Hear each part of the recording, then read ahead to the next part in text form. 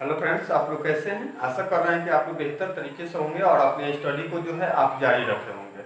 तो फ्रेंड्स, जैसा कि अभी जो लॉकडाउन का माहौल चल रहा है पूरी दुनिया में कोविड-19 के चलते, इससे जितने भी कंपटीटर हैं, जितने भी फ्रेंड्स हैं, जितने भी स्टूडेंट्स हैं, सब कहीं ना कहीं अपने स्टडी को जारी रखे हैं। तो फ्रेंड्स, आते हैं आज के पॉइंट पर। तो आज का जो है हम इकोनॉमी जो है, आज इकोनॉमी पर चर्चा करेंगे कि इकोनॉमिक्स क्या होती है।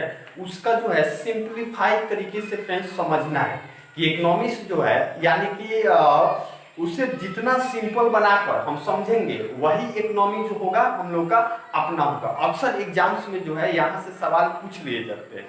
तो फ्रेंड्स, आइए चर्चा करते हैं इकोनॉमिक्स पर। और आपको वीडियो अच्छा लगे तो प्लीज शेयर कीजिए, सब्सक्राइब कीजिए और दोस्तों में जो है आप इसे फैलाइए, सपोर्ट कीजिए, लाइक कीजिए। तो आइए फ्रेंड्स, यहाँ देखते हैं अर्थशास्त्र, इकोनॉमिक्स। तो इकोनॉमिक्स आज का टॉपिक हमारा फ्रेंड्स है, तो इसको सिंप्लीफाइड तरीका से हम समझते हैं कि इकोनॉमिक्स है क्या। तो सबसे पहले पॉइंट फ्रेंड्स देखेंगे, अर्थशास्त्र के अंतर्गत किसी क्षेत्र के अर्थव्यवस्था का अध्ययन किया जाता है। कोई भी क्षेत्र हो, जैसे भारत हो गया, या फिर देख लीजिए यूएसए हो गया, या कोई भी कंट्री हो गया, किसी क्षेत्र का हम इकोनॉमिक्स का अध्ययन करते हैं। वो किसमें? अर्थशास्त्र के अंदर अर्थव्यवस्था, अर्थव्यवस्था का अध्ययन करते हैं फ्रेंड्स। किसका अध्ययन करेंगे?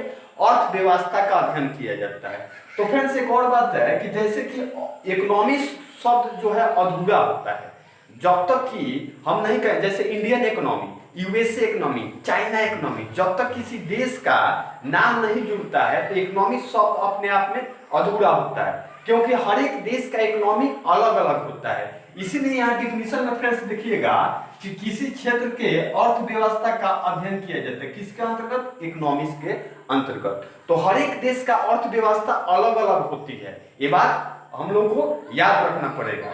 आगे फ्रेंड्स देखते हैं कि जैसे इकोनॉमिक्स का अध्ययन किया जाता है हर एक देश में, तो जरूरी बन गया कि इसको जो है हम जैसे कि बड़े स्तर पर और छोटे स्तर पर बांट कर कैसे अध्ययन करें। इसके लिए हम देखेंगे अर्थशास्त्र दो प्रकार में यहाँ पर देखेंगे, समष्टि यानी कि मैक्रो।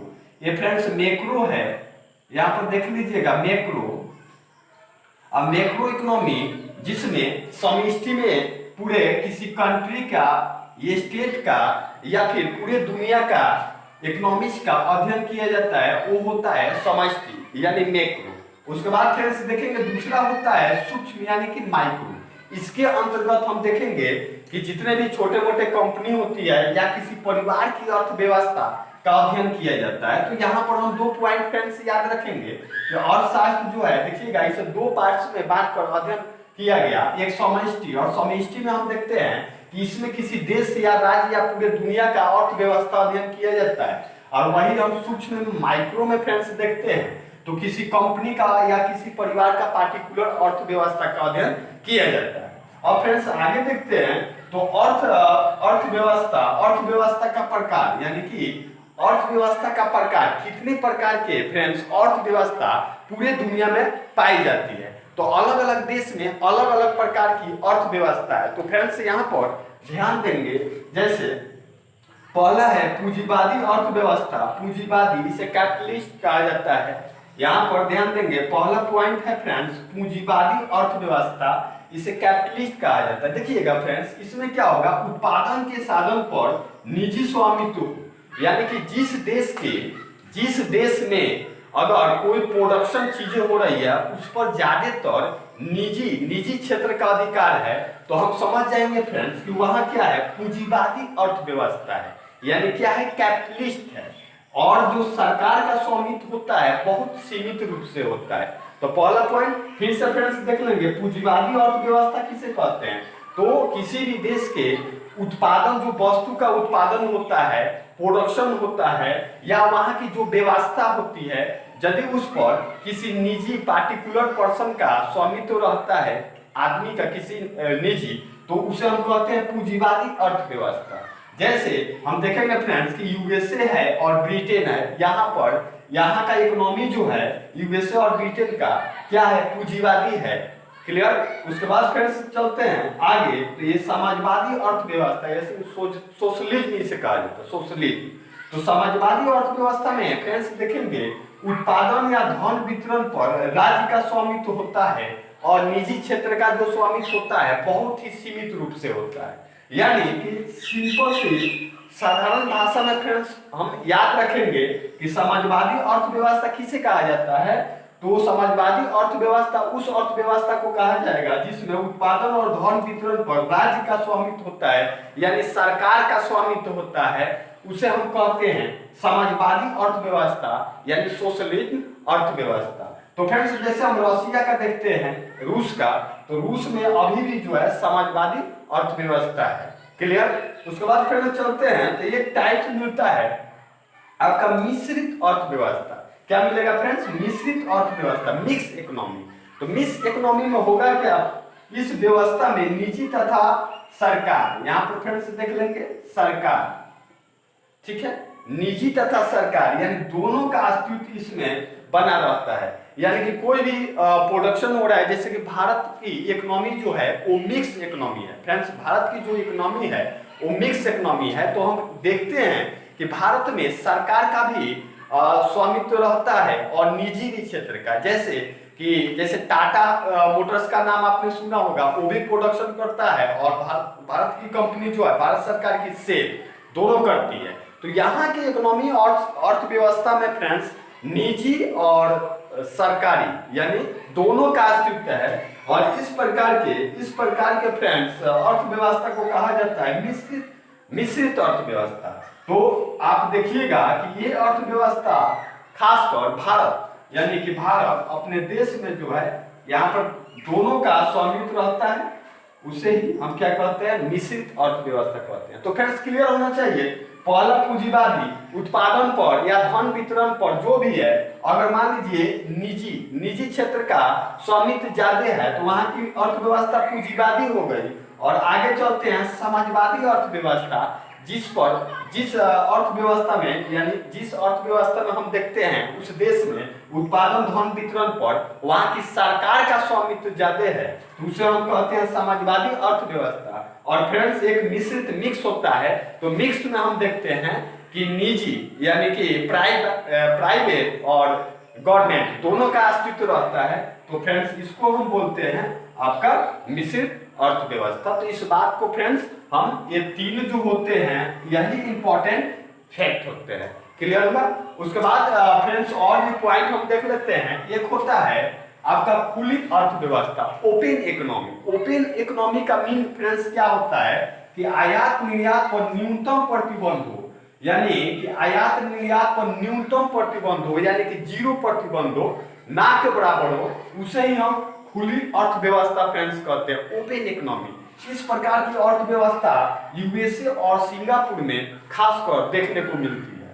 उसके बाद आगे फिर चलते हैं, तो आगे जो पॉइंट है वो हमारा बंद अर्थव्यवस्था है। तो बंद अर्थव्यवस्था यानी क्लोज इकोनॉमी फ्रेंड्स क्या है कि आयात निर्यात को प्रतिबंध। इसमें कहने का मतलब है कि वैसा कंट्री जिस कंट्री में आयात निर्यात बहुत कम होता है तो उसको हम कहते हैं बंद अर्थव्यवस्था। कुछ संदर्भ में फ्रेंड्स हम देख सकते हैं कि उत्तर कोरिया जो कंट्री है, उत्तर कोरिया, वहां का इकोनॉमी जो फ्रेंड्स है वो आपका क्लोज इकोनॉमी में उसे हम मान सकते हैं।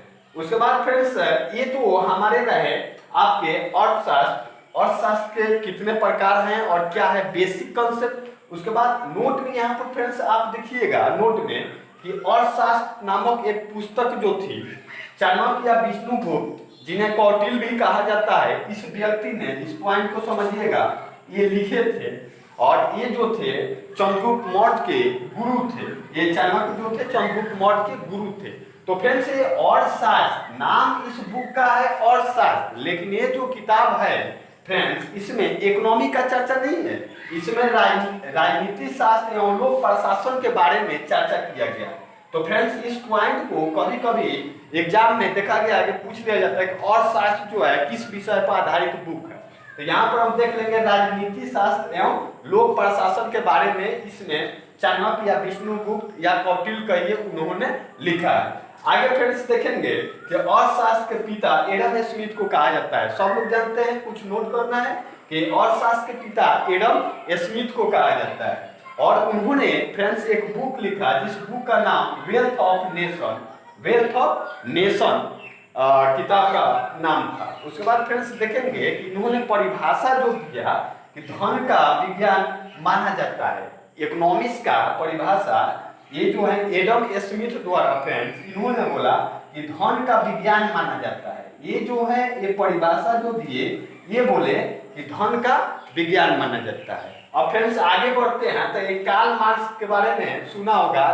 कार्ल मार्क्स जो थे एक किताब लिखे थे दास कैपिटल, तो याद रखेंगे इन्होंने बोला कि अर्थशास्त्र का उद्देश्य मानव समाज के प्रगति के नियम का खोज करता है। तो फ्रेंड्स कभी कभी परिभाषा पूछ लिए जाते हैं एग्जाम्स में, तो याद रखेंगे कि कार्ल मार्क्स बोले थे कि अर्थशास्त्र का उद्देश्य मानव समाज के प्रगति के नियम का खोज करता है। ये इनके शब्दों में, किनके, कार्ल मार्क्स के शब्दों में अर्थशास्त्र का ये परिभाषा है। उसके बाद देखिएगा रॉबिन्स एक विज्ञान से संबंधित जो है रॉबिन्स ने आपका परिभाषा दिया था।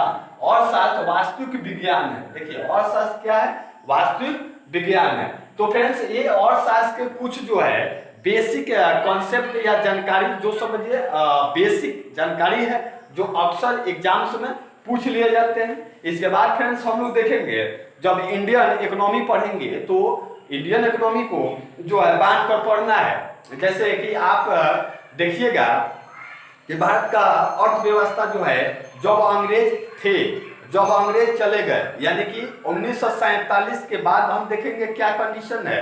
1947 से 200 साल पहले यानी 1600 ईस्वी में ईस्ट इंडिया कंपनी आती है। उस समय जो है 200 साल के पीरियड में जो है कैसा भारत का इकोनॉमी रहा, और 200 साल के पहले अंग्रेज के आने के पहले भारत का इकोनॉमी कैसा था, इस पर जो है चर्चा विशेष करके आगे वाले वीडियो में आपको मिलेगा। और ये जो रहा विशेष आपका बेसिक चीजें रही जो जानना इकोनॉमिक्स के बारे में जरूरी था। तो फ्रेंड्स आशा कर रहे हैं कि आपको ये वीडियो बहुत अच्छा लगा होगा। तो प्लीज लाइक कीजिए, सब्सक्राइब कीजिए, शेयर कीजिए। बहुत बहुत धन्यवाद आपको चैनल देखने के लिए। Thank you very much.